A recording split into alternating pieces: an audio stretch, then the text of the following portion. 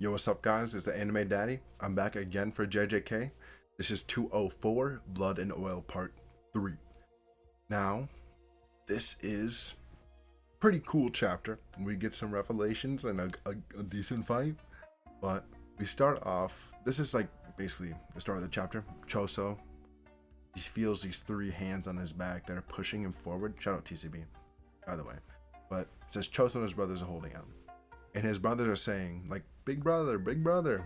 And, like, Yuji's there, too. Because, you know, he thinks that's his brother. And they're like, you can do it.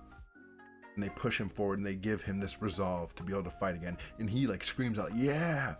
And, like, last chapter, he, like, screamed out, like, brother, like, fire! He, like, screamed it out, like, hard. He says, leave it to me. I got this shit. And Kenjaku's like, oh, piercing blood.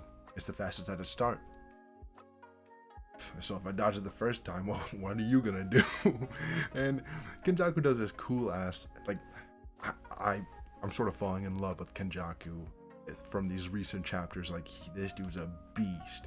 Like, he's just a monster, so nonchalant with his movements, and he can just pull out this crazy ass backflip like some movie shit. Like, once this fight gets animated, Appa's gonna go crazy. But in like 10 years, actually, correct myself. We just see Choso's blood following him now, and Kenjaku makes his curse and like hops on it as the blood's still following, and he like makes a little shield to let the blood hit that.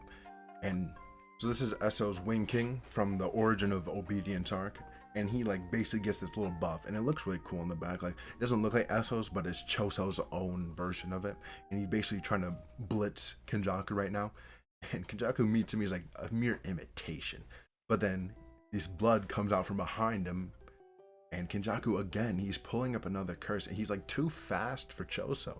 Like, and then he does this cool ass backflip around it while Choso's trying to fucking hit him, and he misses. And this like curse, it blows up when his blood hits it, and it becomes like this smoke screen where these other curses come out and hit him. And Choso's just taking some hits, and Kenjaku's like, once you imbue tracking, your attacks become slow. Like, I can dodge it, basically. And as your parent, your poison blood doesn't affect me. Like, I literally made you, dude. And he's just sitting on this tree, fucking smug as hell. He's like, there's no, like, was there a point to all those attacks, or was there none? And Choso says, like, Esso, elegantly, like Ketchuzu. I think that's how you say his name. I'm really bad at this shit. And Kenjaku question marks him, and then boom, awesome fucking double page where Choso throws his fucking arm. He says, like, Ketchuzu freely. It seems like he's using his brother's techniques in one, or using aspects of his brother's and trying to make this attack. But he fucking throws his arm out, and he grabs Kenjaku, and he says, like, Yuji, and he whips him back, pulls his hand up as he's pulling him back, and says, powerfully. Because you know Yuji's powerful. He's strong. But Kenjaku blocks that shit. He's like, you done yet? He's like playing, it's like an adult playing with a kid. Like, are you done yet, bro? I'm tired of this shit. And then Choso's like, how about this? And it's sort of cool to see his like nose mark. I don't know if it was always this small, but it seems to be getting smaller. And when he gets more powerful, I mean, against Yuji, it got super big. But that was because he was infusing his blood a bunch over and over again, making himself faster. But Kenjaku says, like, I already told you, the speed of your attacks are bullshit. Your tracking attacks ain't nothing. You need to use piercing blood to even try. But Choso says the tracking is just like a passage to get this through, as he said, I'm bringing compressed blood over to him. And we all know this attack, supernova. But nothing happens to Kenjaku. And I mean, I love this stone fucking cold panel. Before I move on, I love this cold panel. He's just standing there, and we get to see why it's not affecting him.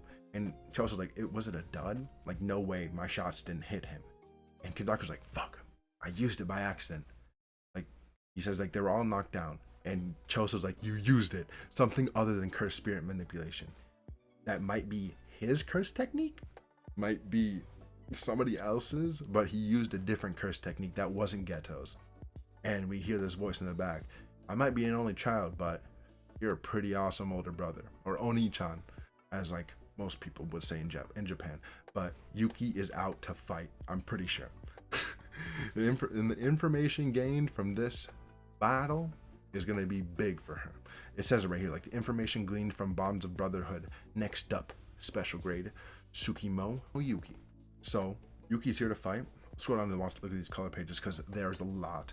I love these. All these people, amazing artists. I love them. Check them all out. I love this one. Just the strength. And this one's super cool too. And the last one of Yuki, where we'll end out on. But thank you guys for watching. This was a huge chapter. Yuki's finally gonna fight. We have a break next week, obviously. One Piece and JJK had to drop some bangers while Black Clover and MHA were on break. Next week, I think they'll be off break. Maybe One Piece will be on break. I'm not sure. But JJK is. Sadly, we won't be able to see Yuki's curse techniques till 2 weeks later. But thank you guys for watching. Let me know how you liked the chapter. And peace.